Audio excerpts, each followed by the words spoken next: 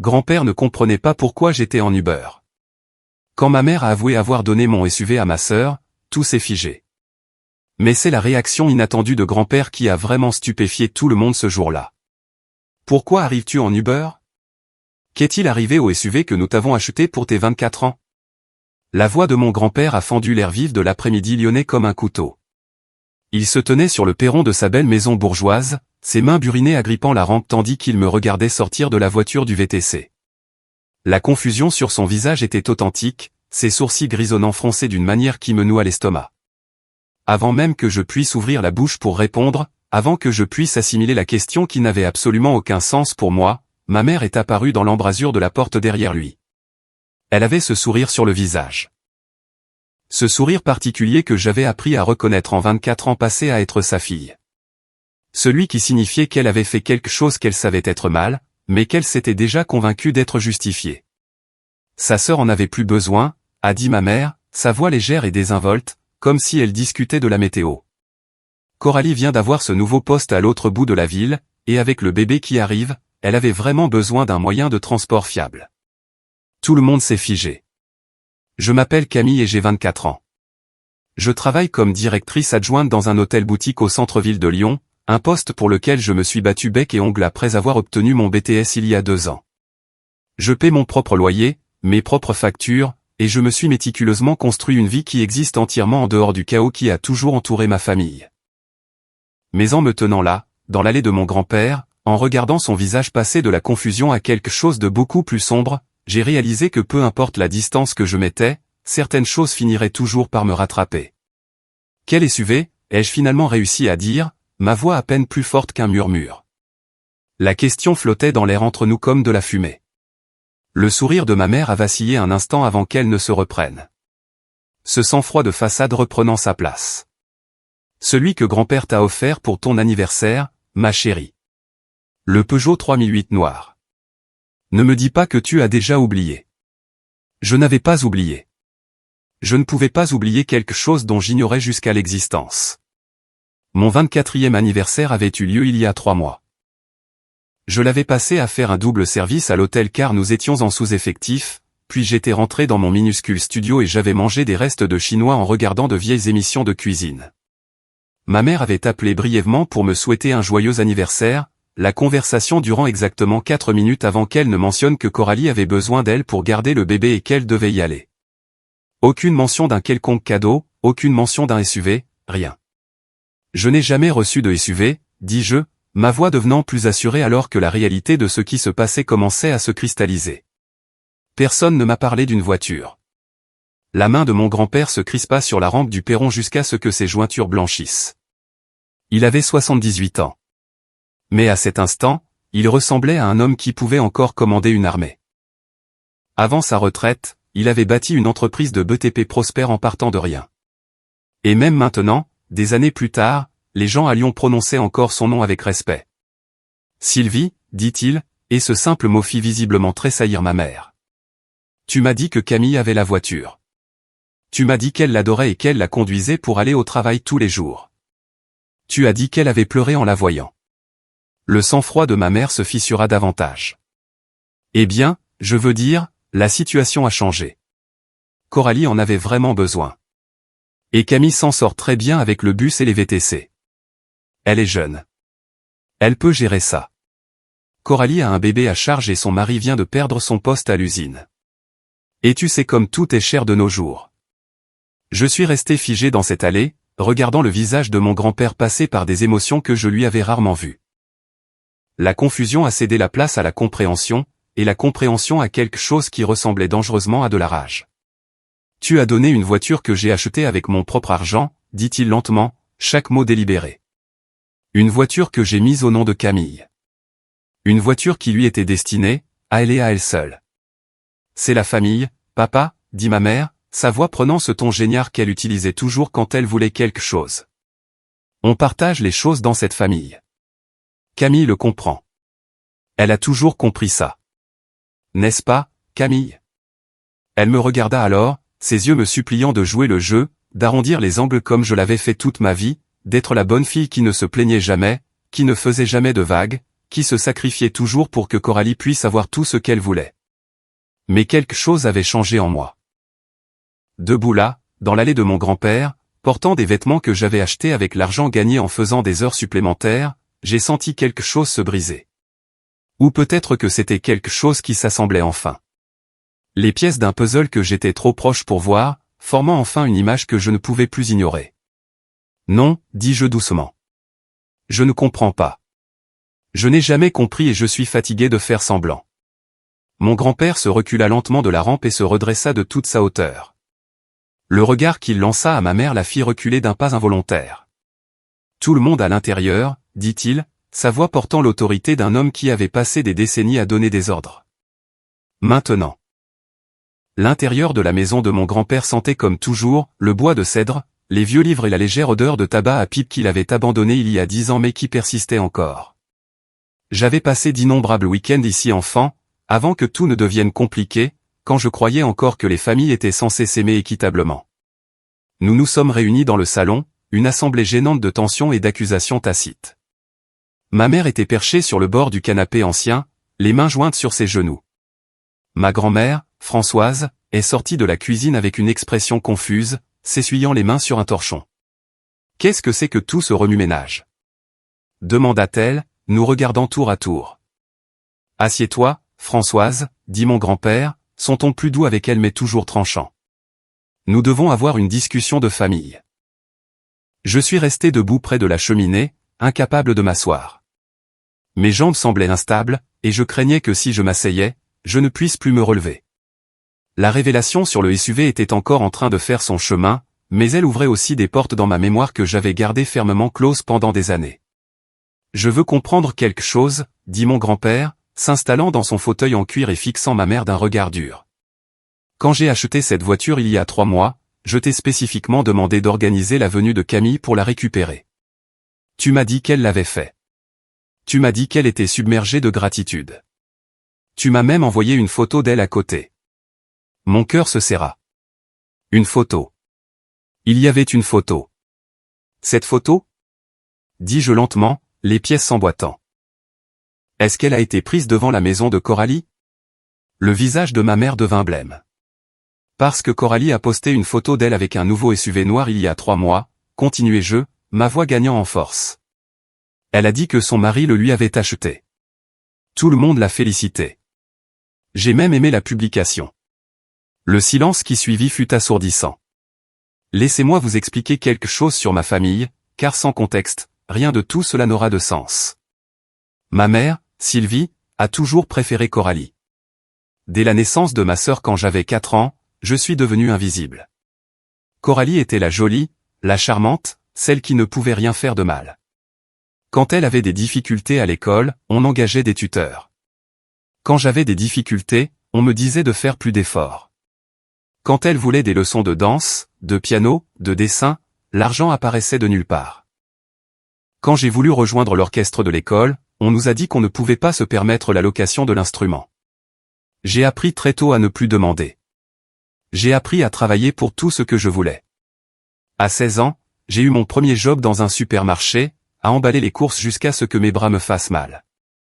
J'ai économisé chaque centime, acheté mes propres fournitures scolaires, mes propres vêtements, mon propre tout.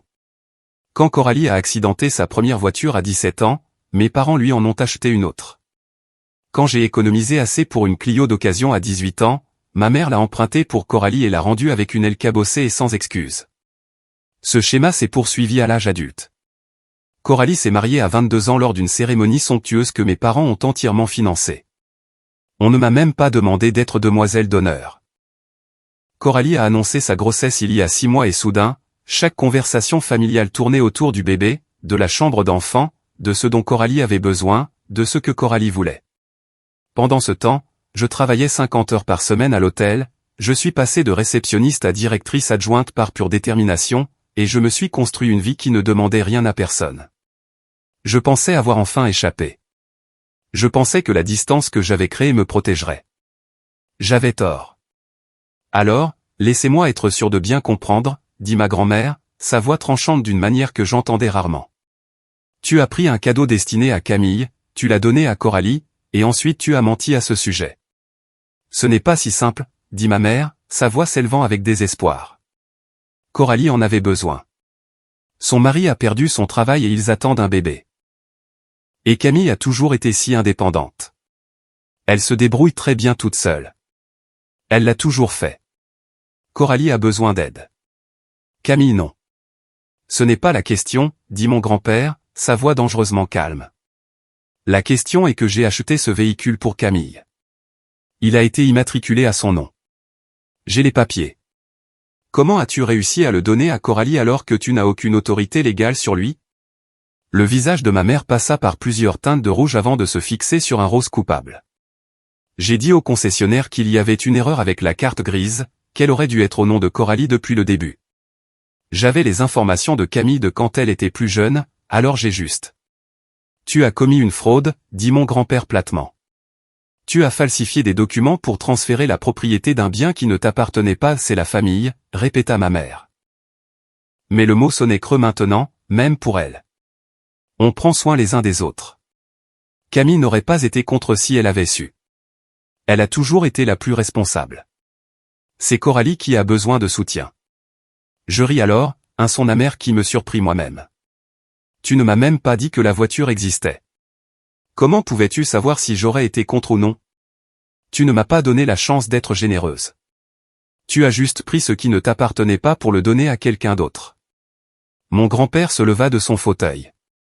Et pendant un instant, je vis l'homme qu'il avait dû être dans la force de l'âge, celui qui avait bâti un empire par un travail acharné et des décisions encore plus dures. Où est la voiture maintenant? Demanda-t-il. Chez Coralie, murmura ma mère. Elle l'a conduit depuis 3 mois. Mon grand-père hocha lentement la tête, puis sortit son téléphone. Alors je crois qu'il est temps de corriger cette situation. Les 30 minutes suivantes semblèrent surréalistes, comme si je regardais un film de ma propre vie de l'extérieur. Mon grand-père passa des appels avec une efficacité calme qui témoignait de décennies d'expérience professionnelle. Il parla à des avocats, à la ligne non urgente du commissariat, à quelqu'un d'une société de remorquage qui lui devait apparemment une faveur d'il y a des années. Ma mère essaya de l'interrompre plusieurs fois, mais chaque tentative fut accueillie par une main levée et un regard qui aurait pu geler l'eau. Ma grand-mère s'assit à côté de moi sur le canapé, sa main trouvant la mienne et la serrant doucement. Je me suis toujours posé des questions, dit-elle doucement, sa voix assez basse pour que je sois la seule à l'entendre. Il y a eu tant de fois où les choses ne collaient pas. Des cadeaux d'anniversaire qui n'ont jamais été mentionnés, des cadeaux de Noël qui semblaient disparaître. Ton grand-père demandait des nouvelles de quelque chose qu'il t'avait envoyé, et Sylvie avait toujours une explication. Je sentis des larmes me piquer les yeux, mais je refusais de les laisser couler. Depuis quand? Demandai-je. Depuis quand ça dure? Le visage de ma grand-mère se crispa de culpabilité. Je ne sais pas avec certitude. Des années, probablement. J'aurais dû poser plus de questions. J'aurais dû t'appeler directement. Mais Sylvie avait toujours des raisons, et je voulais la croire. L'aveu me fit plus mal que prévu. Toutes ces années à penser que j'étais oublié, que mes grands-parents ne se souciaient pas autant de moi que de Coralie. Toutes ces connexions manquées et ces rejets perçus, rien de tout ça n'avait été réel. Tout avait été soigneusement orchestré par ma mère pour s'assurer que Coralie reste le centre de l'univers de tout le monde. La voiture sera là d'ici 1 heure, annonça mon grand-père, terminant son dernier appel. J'ai aussi contacté les autorités au sujet du transfert frauduleux, mais ils m'ont conseillé que, puisque je suis prêt à résoudre ça en famille et qu'aucun préjudice financier n'a été causé au concessionnaire, nous pouvons le gérer en privé si nous le choisissons. Merci, dis-je, les mots semblant inadéquats face à l'ampleur de ce qu'il faisait. Merci de m'avoir cru. Mon grand-père traversa la pièce et posa ses mains sur mes épaules, me regardant avec une intensité qui me fit me sentir vraiment vu pour la première fois depuis des années. J'aurais dû être plus attentif. J'aurais dû vérifier les choses moi-même au lieu de faire confiance à des intermédiaires. C'est mon échec, Camille, et j'en suis désolé. Ce n'est pas ta faute, dis-je, jetant un coup d'œil à ma mère, qui s'était recroquevillée dans un coin du canapé comme si elle essayait de disparaître dans les coussins.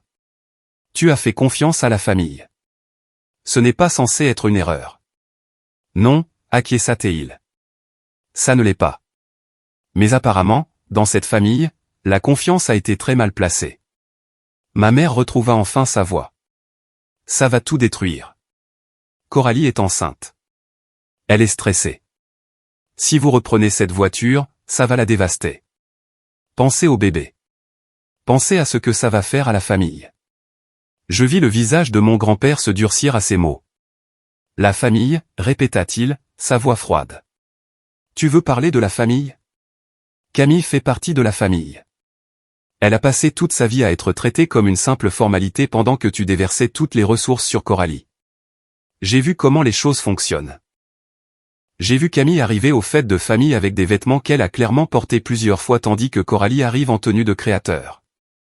J'ai vu Camille conduire une voiture de 15 ans tandis que Coralie se voyait offrir des véhicules neufs. Je me disais que c'était parce que Camille était plus responsable, plus économe. Maintenant, je commence à comprendre que c'était parce qu'on ne lui donnait pas le choix. Ce n'est pas juste, protesta ma mère. Coralie a eu des difficultés. Elle a lutté avec certaines choses. Camille a toujours été capable de prendre soin d'elle-même. Parce que tu l'as forcée à l'être, dit ma grand-mère. Et il y avait dans sa voix une acuité que je ne lui avais jamais entendue. Tu ne lui as laissé aucune autre option. Et maintenant, nous découvrons que tu la voles depuis des années. Les cadeaux que nous envoyions, l'argent que nous donnions pour ses études, son anniversaire, sa remise de diplôme. Combien de tout ça lui est réellement parvenu? La question flottait dans l'air comme une bombe prête à exploser. Je pensais à toutes les fois où ma mère avait mentionné de l'argent de mes grands-parents que je n'avais jamais reçu. Des fonds pour les études qui s'étaient mystérieusement taris. Des chèques d'anniversaire qui avaient été déposés sur des comptes que je ne contrôlais pas. L'ordinateur portable qui était censé être mon cadeau de fin d'études mais qui avait fini chez Coralie parce qu'elle en avait besoin pour sa recherche d'emploi. Combien? Demandai-je, ma voix stable malgré le tumulte intérieur. Au fil des ans, combien a été détourné de moi vers elle? Le visage de ma mère était un masque de culpabilité et de défi. Je ne sais pas exactement. Ça n'a pas d'importance. Ce qui compte, c'est que nous sommes une famille et que la famille prend soin des siens. Non, dit fermement mon grand-père. Ce qui compte, c'est que tu as commis un vol. Tu as volé ta propre fille pour financer le style de vie de ton autre fille. Et tu nous as menti pendant des années pour le couvrir. Le bruit d'un camion entrant dans l'allée coupa l'attention. Nous nous sommes tous tournés vers la fenêtre où une dépanneuse à plateau reculait avec un SUV noir familier attaché dessus. C'est ma voiture, dis-je, les mots sonnant étranges dans ma bouche. C'est vraiment ma voiture. Oui, dit mon grand-père. Ça l'est, et ça l'a toujours été. La carte grise est en cours de rectification. D'ici la fin de la semaine, les papiers refléteront ce qui aurait dû être la vérité depuis le début. Ma mère se leva du canapé, le visage tordu par l'émotion. Coralie va être furieuse. Elle va penser que je l'ai trahie. Elle va me blâmer pour ça. Tu l'as trahie, dit calmement mon grand-père. Tu l'as conditionnée à croire qu'elle avait droit à des choses qui n'étaient pas les siennes. Tu as encouragé un comportement qu'elle pense maintenant normal. Si elle est contrariée, c'est une conséquence de la situation que tu as créée, pas du fait que nous la corrigions. Je me suis approché de la fenêtre et j'ai regardé le dépanneur commencer à décharger mon SUV dans l'allée de mon grand-père. Il était magnifique, un véhicule noir brillant qui représentait bien plus qu'un simple moyen de transport. Il représentait la vérité qui éclatait enfin. Et quelque part à l'autre bout de la ville, ma sœur était sur le point de découvrir que la vie qu'elle avait bâtie sur des fondations volées était sur le point de s'effondrer. Le SUV était garé dans l'allée de mon grand-père, symbole de tout ce qui m'avait été pris et qui m'était enfin rendu. Je le regardais par la fenêtre, essayant de digérer le choc émotionnel de la dernière heure. Derrière moi, ma mère s'était réfugiée dans la cuisine avec ma grand-mère, leur voix un faible murmure que je ne pouvais pas tout à fait distinguer. Mon grand-père me rejoignit à la fenêtre, sa présence solide et rassurante. « Comment tiens-tu le coup ?» J'ai réfléchi attentivement à la question avant de répondre. Je ne suis pas sûr. Une partie de moi a envie de crier, et une autre partie se sent étrangement engourdie, comme si j'avais porté ce poids depuis si longtemps que j'avais oublié qu'il était là. Et maintenant qu'il est levé, je ne sais pas comment me tenir sans lui. Il hocha lentement la tête, ses yeux toujours fixés sur le véhicule dehors. Je veux te demander quelque chose, et j'ai besoin que tu sois complètement honnête avec moi. Cette histoire avec la voiture, est-ce la première fois que quelque chose comme ça arrive, ou y a-t-il plus? La question fit sauter un verrou en moi. Pendant des années, j'avais minimisé les vols constants, les cadeaux détournés, les promesses jamais tenues. Je m'étais dit que c'était une rivalité fraternelle normale, que j'étais trop sensible, que ma mère voulait bien faire, même lorsque ses actions suggéraient le contraire. Mais là, avec mon grand-père, ayant enfin un allié dans mon camp, je ne pouvais plus continuer à me mentir. Ce n'est pas la première fois, admis-je, ma voix à peine plus forte qu'un murmure. Ça dure depuis aussi longtemps que je me souvienne. Mon grand-père se tourna complètement vers moi, son expression grave. Raconte-moi. Alors, je l'ai fait. Je lui ai parlé de l'ordinateur portable qui devait être mon cadeau de fin de lycée, celui qui a fini dans la chambre de Coralie en un mois parce qu'elle n'en avait plus besoin. Je lui ai parlé du fonds pour les études auquel ma grand-mère avait mentionné avoir contribué, un argent que je n'ai jamais vu parce que ma mère prétendait qu'il avait servi à des dépenses familiales communes. Je lui ai parlé des bijoux de mon arrière-grand-mère, des pièces qui devaient être partagées équitablement entre nous, mais qui ont toutes fini dans la boîte à bijoux de Coralie. Je lui ai parlé des petites choses aussi. Les chèques d'anniversaire encaissés mais jamais remis. Les cadeaux de Noël qui disparaissaient avant que je puisse les ouvrir. L'obligation d'épargne de mon baptême que ma mère a encaissée quand j'avais 16 ans, me disant que l'argent avait été utilisé pour des réparations de voitures d'urgence sur un véhicule que je n'ai jamais été autorisé à conduire. Plus je parlais, plus je me souvenais. C'était comme tirer sur un fil d'un pull et le voir se défaire entièrement.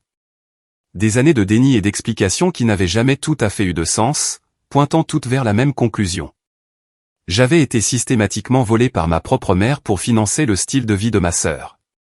Le pire, dis-je, ma voix se brisant légèrement, c'est que je croyais vraiment que le problème venait de moi. Je pensais qu'il y avait quelque chose qui n'allait pas chez moi, que je n'étais pas digne du même amour et de la même attention que Coralie recevait. J'ai travaillé si dur pour être indépendante parce que je pensais sincèrement que j'étais un fardeau, que demander quoi que ce soit était égoïste. La mâchoire de mon grand-père se serra, et je vis ses mains se crisper en poing à ses côtés. De combien d'argent parlons-nous, au fil des ans? Je n'avais jamais essayé de le calculer auparavant, mais maintenant je fis le calcul de tête. Les contributions au fonds d'études que je connaissais, les cadeaux d'anniversaire et de vacances, l'argent de la remise des diplômes, la voiture qui était dans l'allée. Probablement entre 40 000 et 50 000 euros, peut-être plus. Je n'ai pas de trace de tout car j'ignorais que la plupart existaient. Il resta silencieux un long moment et quand il reparla, sa voix était soigneusement contrôlée, d'une manière qui me disait qu'il réprimait une colère considérable. Je veux que tu saches que ça se termine aujourd'hui. Ce qui s'est passé dans le passé ne peut pas être défait. Mais je peux te promettre qu'à l'avenir, tout ce que je te donnerai ira directement à toi. Pas d'intermédiaire, pas de confiance placée en des personnes qui se sont révélées indignes de confiance. Grand-père, tu n'es pas obligé. Si, je le suis, me coupa-t-il gentiment. J'ai contribué à créer cette situation en ne vérifiant pas les choses moi-même, en faisant confiance à ta mère pour faire ce qui était juste. Je t'ai manqué, Camille, et j'ai l'intention de réparer ça. Avant que je puisse répondre, le crissement de pneus d'une voiture entrant dans l'allée nous fit tous les deux tourner vers la fenêtre. Une berline argentée s'arrêta derrière la dépanneuse, les freins grinçant alors qu'elle s'immobilisait brusquement. La portière du conducteur s'ouvrit violemment et Coralie en sortit comme une force de la nature, son ventre de femme enceinte visible même sous sa robe de maternité de créateur. « Qu'est-ce qui se passe, bon sang » cria-t-elle en fonçant vers le SUV. « Pourquoi ma voiture est chez vous ?» Le chauffeur de la dépanneuse, qui terminait les papiers, jeta un coup d'œil à la tempête qui approchait et se retira sagement dans sa cabine. Mon grand-père ouvrit la porte d'entrée et s'avança sur le perron, sa posture imposante malgré son âge. « Cette voiture, dit-il calmement, n'a jamais été la tienne. Elle a été achetée pour Camille. Ta mère te l'a donnée sans autorisation, et maintenant elle est retournée à sa propriétaire légitime. » Le visage de Coralie se tordit de rage. « C'est de la folie. Maman m'a dit que grand-mère et grand-père voulaient que je l'aie. Elle a dit que Camille n'avait pas besoin de voiture parce qu'elle vit près de son travail et prend le bus. Elle a dit que c'était plus logique que je l'aie parce que j'attends un bébé. Ta mère a menti, dit simplement mon grand-père, comme elle ment apparemment depuis des années. » Ma mère apparut dans l'embrasure de la porte derrière lui, le visage pâle et paniqué. « Coralie, chérie, laisse-moi t'expliquer. »« Expliquer quoi » hurla Coralie. « Que tu les laisses prendre ma voiture après tout ce que tu as promis ? Tu as dit que c'était la mienne. Tu as dit que c'était un cadeau. »« C'était un cadeau, » dit ma mère désespérément. « Juste pas destiné à toi à l'origine. Mais tu en avais besoin, ma chérie. Tu en avais tellement plus besoin que Camille. J'essayais de t'aider. Je suis sorti sur le perron, me plaçant là où ma sœur pouvait me voir. Ne vous est-il jamais venu à l'esprit de me le demander, de me parler de la voiture et de voir si j'aurais été prête à la partager ou à te la laisser utiliser? Ne vous est-il jamais venu à l'esprit dans cette famille que j'ai peut-être mes propres besoins, mes propres luttes, ma propre vie qui compte? Les yeux de Coralie se fixèrent sur moi avec un venin pur. Oh, s'il te plaît, Camille. Tu as toujours été si moralisatrice. Mademoiselle parfaite, qui n'a jamais besoin de rien de personne. Tu te crois meilleur que nous parce que tu as ton super job à l'hôtel et que tu vis seul dans ton triste petit appartement. Je vis comme ça parce qu'on ne m'a pas donné d'autre choix, dis-je, ma voix stable malgré la blessure causée par ces mots. On ne m'a jamais donné le soutien que tu as reçu. La confrontation sur le perron attira l'attention des voisins qui regardaient par les fenêtres et par-dessus les clôtures avec une curiosité non dissimulée. Mon grand-père le remarqua et prit une décision, faisant un geste sec vers la maison. À l'intérieur, vous toutes. C'est une affaire de famille, et nous en discuterons en famille. Coralie semblait prête à discuter, mais quelque chose dans son ton la fit changer d'avis. Elle monta les marches du perron en se dandinant avec une difficulté exagérée, une main pressée sur le bas de son dos dans une démonstration d'inconfort que je soupçonnais d'être au moins partiellement théâtrale. Nous nous sommes retrouvés dans le salon, la tension assez épaisse pour être coupée au couteau. Ma grand-mère était sortie de la cuisine et était maintenant assise dans son fauteuil habituel, son visage un masque de déception que je n'avais jamais vu auparavant. Il n'était pas dirigé contre moi, réalisai-je avec surprise, mais contre ma mère et ma sœur. Avant de continuer, dit mon grand-père en s'installant dans son fauteuil, je veux établir certains faits. Sylvie, depuis combien de temps détournes-tu des cadeaux et de l'argent destinés à Camille pour les donner à Coralie? La bouche de ma mère s'ouvrit et se ferma plusieurs fois avant qu'elle ne trouve ses mots. Ce n'est pas si simple que ça. Je gérais les ressources pour toute la famille. Parfois, les choses étaient réaffectées en fonction des besoins de chacune. Ce n'est pas une réponse, dit sèchement ma grand-mère. Depuis combien de temps? Le silence s'étira douloureusement. Finalement, ma mère baissa les yeux sur ses genoux. Depuis que les filles sont adolescentes, peut-être avant. Je ne me souviens pas exactement. Et approximativement, de combien d'argent et de biens parlons-nous? Je ne sais pas. Je n'ai pas tenu de compte. Camille estime entre 40 000 et 50 000 euros, dit froidement mon grand-père. Est-ce que ça te semble exact? Ma mère tressaillit comme si elle avait été giflée. C'est probablement élevé. Ça ne peut pas être autant. Voyons voir, dit ma grand-mère en sortant son téléphone et en faisant défiler quelque chose.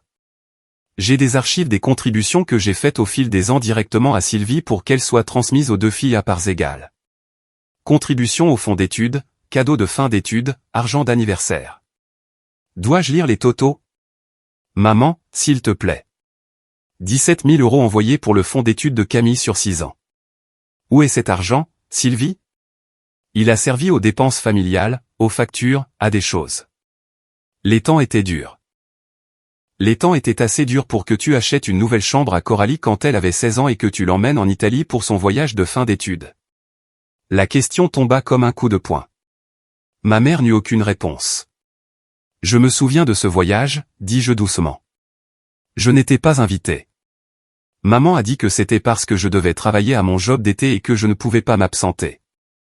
Mais la vraie raison, c'est qu'il ne devait y avoir de l'argent que pour une seule personne, et que cet argent était censé être le mien. Coralie leva les yeux au ciel. Oh, ça y est. Pauvre Camille. Toujours la victime. Tu aurais pu demander à venir. Tu aurais pu parler. Je ne savais pas qu'il y avait quoi que ce soit à dire, dis-je en me tournant vers elle. Je pensais que le voyage était payé par tes parrains et marraines. C'est ce que maman m'a dit. Elle a dit que tes parrains et marraines voulaient t'offrir une expérience de fin d'études et que les miens n'avaient pas été aussi généreux. C'était vrai, dit faiblement ma mère. Vraiment, demanda ma grand-mère. Parce que si je me souviens bien, les parrains et marraines de Camille ont contribué assez généreusement à son fonds d'études. Le même fonds qui a apparemment été dépensé pour les dépenses familiales pendant que Coralie visitait Rome. Les couches de tromperie étaient stupéfiantes. Chaque explication qu'on m'avait donnée, chaque justification pour laquelle Coralie avait plus et moi moins, s'effondrait sous l'examen. C'était comme regarder un château de cartes s'écrouler au ralenti. Chaque révélation faisant tomber un autre mensonge soigneusement construit. Je veux comprendre quelque chose, dis-je, ma voix étonnamment stable. Maman, pourquoi? Qu'est-ce que j'ai fait pour que tu me traites comme ça? Était-ce quelque chose de spécifique à mon sujet, ou aurais-tu fait ça à n'importe quelle fille née la première? Le visage de ma mère se décomposa, et pendant un instant, je pensais qu'elle pourrait réellement donner une réponse sincère. Mais ensuite, les murs défensifs se sont relevés et elle s'est redressée sur son siège. Je ne t'ai pas maltraité. Je vous ai aimés toutes les deux également. J'ai juste reconnu que Coralie avait besoin de plus de soutien que toi. Tu as toujours été si capable, Camille. Si indépendante. Coralie luttait plus. Elle avait besoin d'une aide supplémentaire. Elle luttait parce que tu ne l'as jamais laissé faire face aux conséquences, dis-je, la réalisation se cristallisant à mesure que je parlais. Chaque fois qu'elle faisait une erreur, tu la couvrais. Chaque fois qu'elle voulait quelque chose qu'elle ne pouvait pas se permettre, tu trouvais un moyen de le lui obtenir. Même si cela signifiait me le prendre. Tu ne l'as pas aidée. Tu l'as handicapée. Le visage de Coralie rougit de colère. N'ose pas parler de moi comme si j'étais une sorte de cas social. Tu es enceinte à 24 ans avec un mari qui ne peut pas garder un emploi, tu vis dans une maison appartenant à ta belle-mère, tu conduis une voiture volée à ta sœur, tu portes des vêtements que tu ne peux pas payer. Comment décrirais-tu cela? Au moins, j'ai une famille, rétorqua Coralie. Au moins, j'ai un mari et un bébé en route. Qu'est-ce que tu as, toi? Un studio et un boulot à plier des serviettes. Je dirige un hôtel, corrigeai-je calmement. Un poste que j'ai obtenu par un travail acharné et du dévouement. Un poste qui me paie assez bien pour subvenir à mes besoins sans voler les membres de ma famille. Assez, dit mon grand-père, sa voix coupant court à la dispute.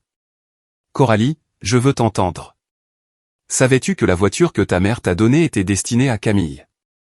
Coralie hésita, et dans cette hésitation, je vis la vérité. Je m'en doutais, admit-elle finalement. Maman a dit qu'il y avait une confusion sur à qui la voiture était destinée, mais qu'elle avait arrangé les choses.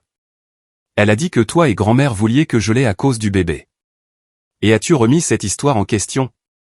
Étant donné que Camille n'avait jamais mentionné avoir reçu une voiture, ne t'est-il pas venu à l'esprit que quelque chose n'allait pas? Je n'ai pas pensé à Camille. J'étais excité. C'était une belle voiture et j'en avais besoin. Mon grand-père secoua lentement la tête. Le sentiment que tout vous est dû dans cette pièce est stupéfiant. Sylvie, tu as élevé une fille pour qu'elle croie ne rien mériter et une autre pour qu'elle croie tout mériter. Et ce faisant, tu les as blessées toutes les deux. Ma mère se mit à pleurer, mais je ne ressentis rien. Pas de sympathie, pas d'envie de la réconforter comme je l'avais fait si souvent auparavant. Elle pleurait pour elle-même, pour s'être fait prendre, pas pour ce qu'elle m'avait fait. Qu'est-ce qui se passe maintenant? Demandai-je. La situation de la voiture est résolue, mais il y a tout le reste. Mon grand-père échangea un regard avec ma grand-mère, une communication silencieuse passant entre eux. Quand il reparla, sa voix portait le poids de la décision. Maintenant, dit-il, nous commençons à réparer les choses. L'heure qui suivit fut l'une des plus surréalistes de ma vie. Mon grand-père, méthodique et rigoureux d'une manière qui trahissait ses décennies d'expérience professionnelle, commença à cataloguer les torts qui devaient être réparés. Il sortit un bloc-notes et commença à écrire, posant des questions et enregistrant les réponses avec la précision d'un comptable. Les contributions au fonds d'études, dit-il. Nous allons commencer par là. Françoise et moi avons contribué à hauteur de 17 000 € spécifiquement pour l'éducation de Camille. Où est cet argent maintenant? Ma mère se tortilla mal à l'aise. Comme je l'ai dit, il a été utilisé pour les dépenses familiales au fil des ans. Alors tu dois 17 000 € à Camille. Nous allons mettre en place un plan de remboursement. Quoi? Balbutia ma mère. Je ne peux pas rembourser 17 000 €. C'est impossible. Tu trouveras un moyen, dit calmement mon grand-père, tout comme Camille a trouvé un moyen de payer ses propres études sans aucune aide de ta part. En parlant de ça, Camille, combien as-tu dépensé pour ton diplôme Bac+2? Environ 8 000 € au total, dis-je. J'ai fait un BTS et j'ai travaillé à plein temps pendant tout ce temps. 8 000 € qui auraient dû être couverts par le fonds que nous avions établi. Il prit une autre note. Cela porte le total à 25 000 €. Maintenant, parlons des autres cadeaux. Pendant les 30 minutes suivantes, nous avons passé en revue chaque anniversaire, chaque fête, chaque étape importante à laquelle mes grands-parents se souvenaient d'avoir contribué. Les cadeaux de fin d'études, les chèques d'anniversaire, les cadeaux de Noël. Chacun avait une trace écrite du côté de mes grands-parents, mais aucune réception correspondante du mien. Quand nous avons eu fini, le décompte non officiel était stupéfiant. Au cours de ma vie, environ 53 000 € de cadeaux et de contributions qui m'étaient destinés avaient été détournés. La majorité avait servi à compléter le style de vie de Coralie, mais une partie importante avait simplement été absorbée par les dépenses du ménage de mes parents. Je n'en avais aucune idée, dit ma grand-mère, sa voix tremblante. Toutes ces années, nous pensions vous aider toutes les deux équitablement. Nous faisions confiance à votre mère pour distribuer les choses équitablement. La confiance était mal placée, dit sombrement mon grand-père. Mais ça se termine maintenant. Il se tourna vers ma mère et ma sœur, son expression dure. Voici ce qui va se passer. La voiture a été rendue à sa propriétaire légitime. Cette situation est résolue. L'argent qui a été volé à Camille au fil des ans ne peut pas être remboursé immédiatement, mais il sera reconnu et traité. Voler est un mot fort, protesta faiblement ma mère. C'est le mot exact, lança ma grand-mère. Tu as pris de l'argent donné à une personne et tu l'as donné à une autre sans permission. C'est du vol, Sylvie. Peu importe comment tu essaies de le présenter. Je vais réorganiser mon testament cette semaine, continua mon grand-père comme s'il n'avait pas été interrompu. Les changements que je ferai reflèteront la réalité de la situation, pas la fiction qui m'a été présentée pendant des années. La tête de Coralie se redressa brusquement. Qu'est-ce que ça veut dire? Ça veut dire que l'héritage anticipé sur lequel tu comptais pourrait être très différent de ce à quoi tu t'attendais. Ça veut dire que Camille recevra une compensation appropriée pour ce qui lui a été pris. Et ça veut dire que quiconque a un problème avec cet arrangement est libre de le contester, auquel cas toutes ces informations deviendront publiques. La menace flottait dans l'air. Le visage de ma mère devint blême alors qu'elle réalisait les implications. Tu ne peux pas faire ça, dit-elle. Tu ne peux pas punir Coralie pour des choses que j'ai faites. Je ne punis personne. Je corrige un déséquilibre qui existe depuis bien trop longtemps. Mon grand-père regarda Coralie avec quelque chose qui ressemblait à de la pitié. On t'a préparé à l'échec, jeune femme. Ta mère t'a donné tout ce que tu voulais sans t'apprendre à travailler pour l'obtenir. Maintenant, tu as 24 ans, tu es enceinte, mariée à un homme sans emploi stable, et tu n'as jamais eu à faire face à de réelles conséquences pour tes actions. Ça change aujourd'hui. C'est de la folie, dit Coralie, sa voix montant jusqu'à un quasi-cri. Je n'ai rien fait de mal. Maman m'a donné la voiture. Je pensais que c'était la mienne. Comment étais-je censé savoir? Tu savais que quelque chose n'allait pas, dis-je doucement. Tu l'as admis toi-même, mais tu n'as pas posé de questions parce que tu ne voulais pas connaître les réponses. C'est un choix, Coralie, et les choix ont des conséquences. Ma sœur se tourna vers moi, des larmes coulant sur son visage, son mascara laissant des traînées sombres. Je suis ta sœur. Comment peux-tu me faire ça? J'attends un bébé. Ta nièce ou ton neveu. Ça ne signifie rien pour toi. Je sentis une torsion d'émotion dans ma poitrine. Mais je me forçai à rester forte. Ça signifie beaucoup pour moi. Et quand ce bébé naîtra, je serai la meilleure tante possible. Mais ça ne veut pas dire que je te laisserai continuer à me prendre des choses. Ça ne veut pas dire que je continuerai à être celle qui se sacrifie pendant que tu en profites. Je ne t'ai jamais demandé de sacrifier quoi que ce soit. Tu n'as jamais eu à le demander. Maman s'en est assurée. Mais même quand tu savais que quelque chose n'allait pas, quand tu soupçonnais que la voiture ne t'était pas vraiment destinée, tu n'as rien dit. Tu as pris ce qu'on t'offrait et tu n'as pas posé de questions. Ce n'est pas de l'innocence, Coralie. C'est de la complicité. Le mot flotta dans l'air, lourd de sous-entendus. Coralie sembla vouloir argumenter davantage, mais sa mère posa une main sur son bras, la faisant taire. « Que veux-tu, Camille » demanda ma mère, sa voix défaite.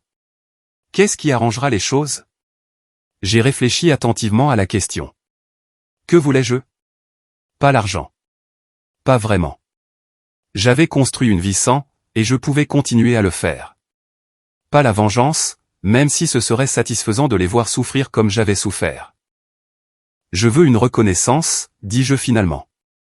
Je veux que vous admettiez ce que vous avez fait, pas seulement à moi, mais à tous ceux à qui on a raconté des histoires sur à quel point vous avez été égal et juste.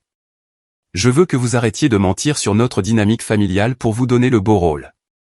Le visage de ma mère se décomposa. Et je veux des limites, continuai-je. De vraies limites. Plus question de s'attendre à ce que je renonce à des choses pour Coralie. Plus de culpabilisation sur le fait que je ne suis pas assez proche de la famille alors que vous m'en excluez systématiquement. Si je choisis d'aider Coralie à l'avenir, ce sera mon choix, pas quelque chose qui m'est pris. C'est juste, dit mon grand-père avec approbation. Plus que juste, en fait. Je regardais ma grand-mère qui avait les larmes aux yeux. Et je veux une relation avec vous deux. Une vraie, pas une filtrée par l'interprétation des événements de maman. Ma grand-mère se leva de sa chaise, traversa la pièce et me serra dans ses bras. Tu l'as toujours eu, ma chérie. Nous ne réalisions simplement pas qu'on t'en privait. Je m'accrochai à elle, sentant les premiers frémissements de la guérison commencer à prendre racine. Par la fenêtre, mon SUV était dans l'allée, brillant sous le soleil de l'après-midi. Ce n'était qu'une voiture, en réalité, juste du métal, du caoutchouc et du verre. Mais elle représentait bien plus que ça. Elle représentait la vérité enfin dite, et cela valait plus que n'importe quelle somme d'argent. La semaine qui suivit la confrontation chez mon grand-père fut l'une des plus étranges de ma vie. Pour la première fois, j'étais en possession de quelque chose qu'on m'avait donné plutôt que quelque chose que j'avais gagné par un effort épuisant. Le SUV était sur le parking de ma résidence, un rappel constant que les choses avaient enfin changé. Mais avec ce changement vint la turbulence. Mon téléphone devint un champ de bataille. Coralie envoya des dizaines de messages allant de supplications larmoyantes à des accusations furieuses. Ma mère appela à plusieurs reprises, alternant entre excuses et tentatives de négocier un compromis qui ramènerait les choses à ce qu'elles étaient. Je ne répondis à aucun d'eux. Mon père, qui avait brillé par son absence lors de la confrontation, me contacta finalement le 4e jour. « Ta mère est hors d'elle », dit-il quand je répondis au téléphone. Sa voix portait la résignation fatiguée que je lui avais entendue toute ma vie.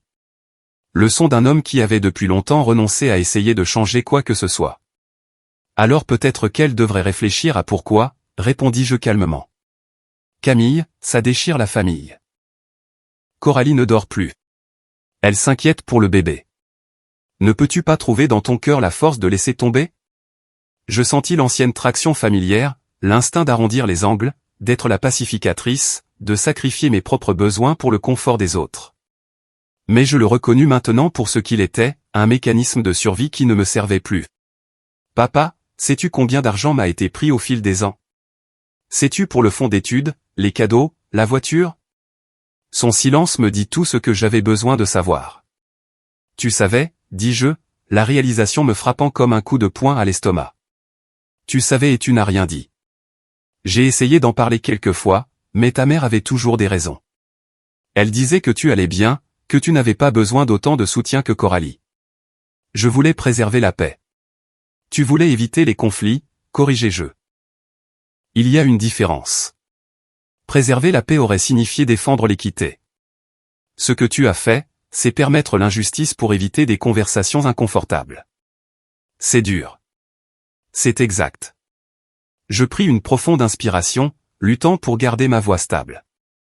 Je ne vais plus faire semblant. Je ne vais plus agir comme si tout allait bien alors que ce n'est pas le cas.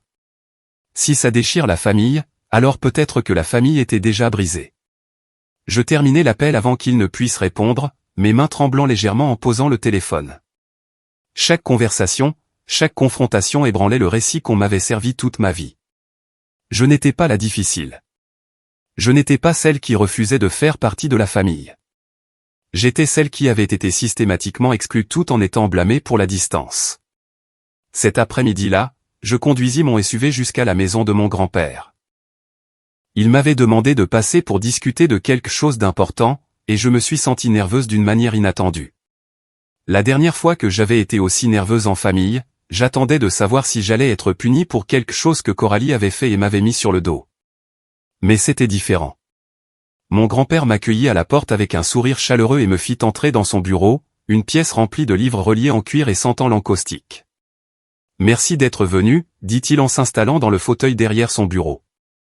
Je voulais discuter de certains changements que je suis en train de faire et je voulais que tu les entendes directement de ma bouche. Des changements à votre testament, devinai-je. Il hocha la tête. Entre autres choses. J'ai parlé à mon avocat et nous avons restructuré mon plan de succession pour refléter la réalité plutôt que la fiction créée par ta mère. Mais plus important encore, je voulais te parler de l'avenir. Mon avenir? Ton potentiel. Camille, j'ai fait quelques recherches. Il sortit un dossier et le fit glisser sur le bureau. Tes évaluations de performance à l'hôtel ont été exceptionnelles. Ta directrice parle en termes très élogieux de toi. Tu as été promu 2 fois en 2 ans, et tu es en bonne voie pour de nouvelles promotions. J'ouvris le dossier, confuse. À l'intérieur se trouvaient des copies de documents que je n'avais jamais vus, des évaluations de performance et des lettres de recommandation de mon lieu de travail. Comment avez-vous eu ça? J'ai fait quelques recherches. J'espère que ça ne te dérange pas, il se pencha en avant, son expression intense. Tu as accompli des choses remarquables sans aucun soutien de ta famille. Je veux changer ça. Je veux investir dans ton avenir, non pas en compensation de ce qui a été pris, mais parce que tu as prouvé que tu méritais un investissement. Mes yeux s'emplirent de larmes inattendues. Grand-père, vous n'êtes pas obligé de faire ça. Je sais que je ne suis pas obligé. Je le veux. Ta grand-mère et moi en avons discuté. Et nous voulons créer un fonds d'études pour toi. Si tu veux poursuivre une licence, un master, des certifications supplémentaires, tout ce qui aidera ta carrière, nous voulons te soutenir. Je ne sais pas quoi dire. Dis oui, dit-il simplement. Dis oui et laisse-nous être la famille que nous aurions dû être depuis le début. Pour la première fois depuis des années, je me suis senti capable de croire vraiment que de bonnes choses pouvaient m'arriver sans qu'on me les reprenne. 3 mois passèrent et ma vie se transforma d'une manière que je n'aurais jamais pu prédire. Le fonds d'études que mes grands-parents avaient établi me permit de m'inscrire à une licence en management hôtelier en ligne, quelque chose que j'avais rêvé de faire mais que je n'avais jamais cru possible. Le SUV facilita mes trajets et m'ouvrit des opportunités qui m'étaient auparavant fermées. Pour la première fois de ma vie, je construisais une vie avec du soutien plutôt qu'en dépit de l'opposition. Ma relation avec ma mère et Coralie resta fracturée. Après des semaines de messages sans réponse, elles avaient largement cessé de me contacter. Mon père envoyait occasionnellement de brefs SMS, prenant des nouvelles sans attendre de réponse. J'appréciais l'effort minimal, même en le reconnaissant pour ce qu'il était, la même approche passive qu'il avait toujours eue, maintenant dirigée un peu plus dans ma direction. Le bébé arriva en mars, une petite fille en bonne santé nommée Léa. Je l'ai appris via les réseaux sociaux plutôt que par un appel téléphonique, ce qui me blessa plus que je ne voulais l'admettre. Mais j'envoyai quand même un cadeau, une belle couverture faite à la main et un mot indiquant clairement que ma porte était ouverte s'il voulait reconstruire, mais uniquement sur la base du respect mutuel. Mes grands-parents me tenaient informé de la dynamique familiale dont je ne faisais plus directement partie. Coralie et son mari avaient des difficultés, ce qui n'était pas surprenant étant donné leur habitude de vivre au-dessus de leurs moyens.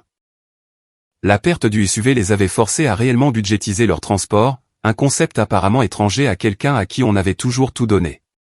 Ma mère continuait d'essayer de leur acheminer des ressources, mais mon grand-père était devenu vigilant, s'assurant que tout ce qui m'était destiné m'arrivait bien. Elle nous a demandé de l'argent la semaine dernière, me raconta ma grand-mère lors d'un de nos appels téléphoniques désormais réguliers. Elle a dit que c'était pour les dépenses du ménage, mais ton grand-père soupçonne que ça aurait fini chez Coralie. Vous le lui avez donné? Nous lui avons donné exactement ce qu'elle demandait à condition qu'elle fournisse des reçus de ce pourquoi il a été dépensé. Elle n'était pas contente de ça, mais elle a accepté. J'appréciais leur nouveau scepticisme, même si cela m'attristait qu'il soit nécessaire. Ma mère avait fait ses choix, et ses choix avaient des conséquences qui s'étendaient bien au-delà de moi. Le travail continuait d'être mon sanctuaire. L'hôtel me promut directrice de nuit, un poste assorti d'une augmentation significative et de plus de responsabilités. Ma directrice générale me prit à part après l'annonce et me dit qu'elle était impressionnée par mon dévouement et mon professionnalisme. Tu gères les clients difficiles mieux que quiconque avec qui j'ai travaillé, dit-elle. Et j'ai remarqué que tu ne laisses jamais les problèmes personnels affecter ton travail. C'est rare. Je la remerciai, sans mentionner que ma capacité à rester calme sous pression avait été affinée par des années de gestion de crise familiale qui n'étaient jamais de ma faute, mais qu'il m'incombait toujours de résoudre. Le semestre de printemps de ma licence se passa bien. Je découvris que j'aimais vraiment étudier la théorie du management hôtelier, reliant les concepts académiques à l'expérience pratique que j'avais accumulée. Mes professeurs furent impressionnés par mes connaissances du terrain et j'obtins les meilleures notes pour la première fois de ma vie. En mai, je reçus une invitation inattendue. Coralie me contacta par email, la première communication directe que nous avions eue depuis la confrontation. « J'aimerais qu'on parle », écrivait-elle. Pas pour demander quoi que ce soit, juste pour parler. Je pense que je te dois des excuses. Je fixai le message un long moment avant de répondre. Une partie de moi voulait l'ignorer pour maintenir la distance protectrice que j'avais établie, mais une autre partie se souvenait que Coralie était aussi un produit de la manipulation de notre mère, élevée à croire que me prendre des choses était acceptable et même attendu. « Un café le week-end prochain », répondis-je.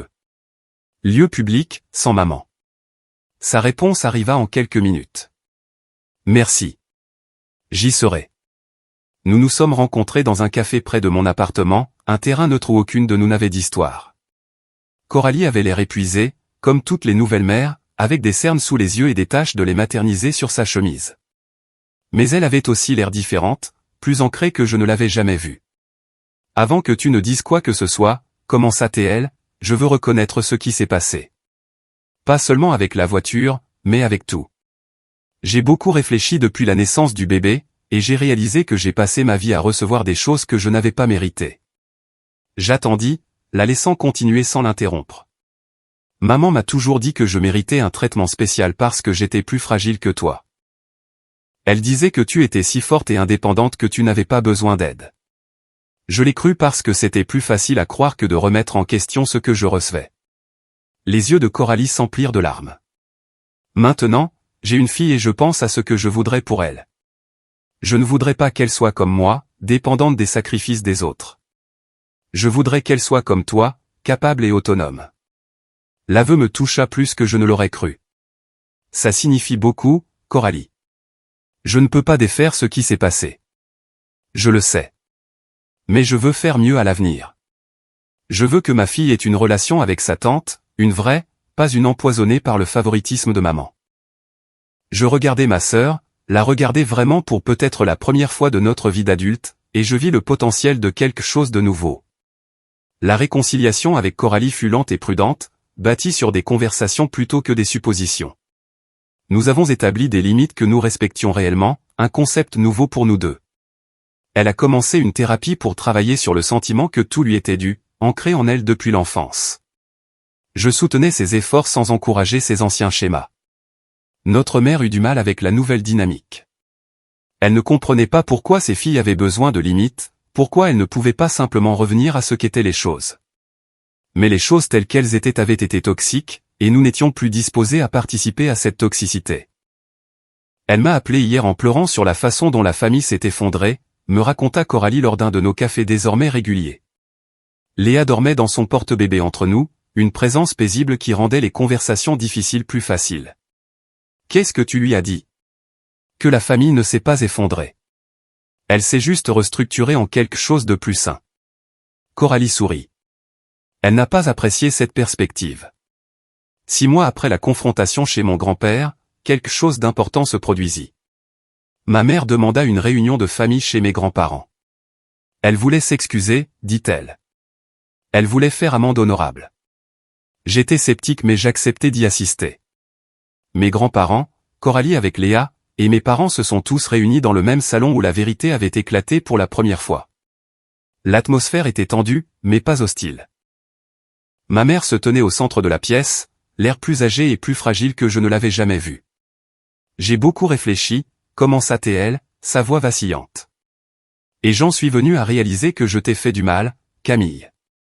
Pas seulement une fois, mais à plusieurs reprises pendant de nombreuses années. Je restais silencieuse, attendant la suite. Je me disais que j'aidais Coralie, mais en réalité, je projetais mes propres insécurités sur vous deux. Je me voyais dans les difficultés de Coralie, et je voyais tout ce que j'aurais aimé être dans ton indépendance, Camille. Au lieu de te célébrer, je te punissais d'être capable. L'aveu était plus que ce à quoi je m'attendais. Je regardais ma grand-mère, qui hocha légèrement la tête, m'encourageant à répondre. « Pourquoi dis-tu ça maintenant ?» demandai-je. « Parce que j'ai failli tout perdre », dit simplement ma mère. Ma relation avec mes 2 filles, la confiance de mes parents, mon estime de moi. Et j'ai réalisé que si je continuais à trouver des excuses, je perdrais tout de manière permanente. Elle s'approcha de moi lentement, avec hésitation. Je ne demande pas le pardon. Je sais que je ne l'ai pas encore mérité. Mais je demande une chance de le mériter. J'ai commencé à voir un thérapeute. Je travaille à comprendre pourquoi j'ai fait ce que j'ai fait et comment faire des choix différents. Je regardais ma mère, la regardais vraiment, et je vis la peur sous le regret. Elle était terrifiée à l'idée de perdre sa famille, et cette peur la poussait à enfin affronter la vérité. D'accord, dis-je doucement. Une chance. Une seule chance. Le soulagement sur son visage fut immédiat et profond. Merci. Je ne la gâcherai pas, les mois qui suivirent ne furent pas faciles. Il y eut des revers, des conversations difficiles et des moments où je me suis demandé si la réconciliation était même possible. Mais lentement, douloureusement, quelque chose de nouveau commença à naître des cendres de ce qui avait été brûlé. Ma mère a réellement tenu ses promesses. Elle a suivi sa thérapie régulièrement, a fait amende honorable là où elle le pouvait et, plus important encore, a cessé de trouver des excuses. Quand Coralie avait besoin d'aide, ma mère offrait maintenant un soutien qui venait de ses propres ressources plutôt que de le détourner de moi. Mon père est resté en grande partie le même, passif et opposé au conflit. Mais lui aussi fit de petits efforts. Il commença à m'appeler directement plutôt que d'attendre que ma mère relaie les informations. Il me posait des questions sur mes cours, mon travail, ma vie d'une manière qu'il ne l'avait jamais fait auparavant. 1 an après la confrontation du SUV, j'ai obtenu ma licence en ligne avec mention. Mes grands-parents, mes parents, et Coralie avec Léa ont tous assisté à la petite célébration chez mon grand-père. Les années de vol et de tromperie avaient laissé des traces sur ma famille. La réputation de ma mère parmi la famille élargie fut définitivement ternie lorsque la vérité éclata, et elle perdit plusieurs amitiés proches avec des gens qui ne pouvaient pas ignorer ce qu'elle avait fait. Le mari de Coralie finit par trouver un travail stable, mais leur mariage lutta sous le poids du stress financier et de la nécessité de réellement budgétiser plutôt que de compter sur les ressources détournées de ma mère. L'héritage sur lequel ils avaient compté fut restructuré pour refléter l'équité plutôt que le favoritisme, et ils furent contraints de construire leur propre vie plutôt que de se laisser porter par des cadeaux volés. La relation de ma mère avec ses parents ne se remit jamais complètement, et elle porta le poids de leur déception pour le reste de sa vie. Alors que je me tenais dans le salon de mon grand-père, mon diplôme en main, regardant la famille qui avait enfin appris à me traiter avec respect, je m'autorisais à être fier. Pas seulement du diplôme, mais du voyage qui m'avait mené ici. En rentrant chez moi ce soir-là dans mon SUV, celui que mon grand-père m'avait donné et que ma mère avait essayé de voler, je pensais à tout ce qui avait changé.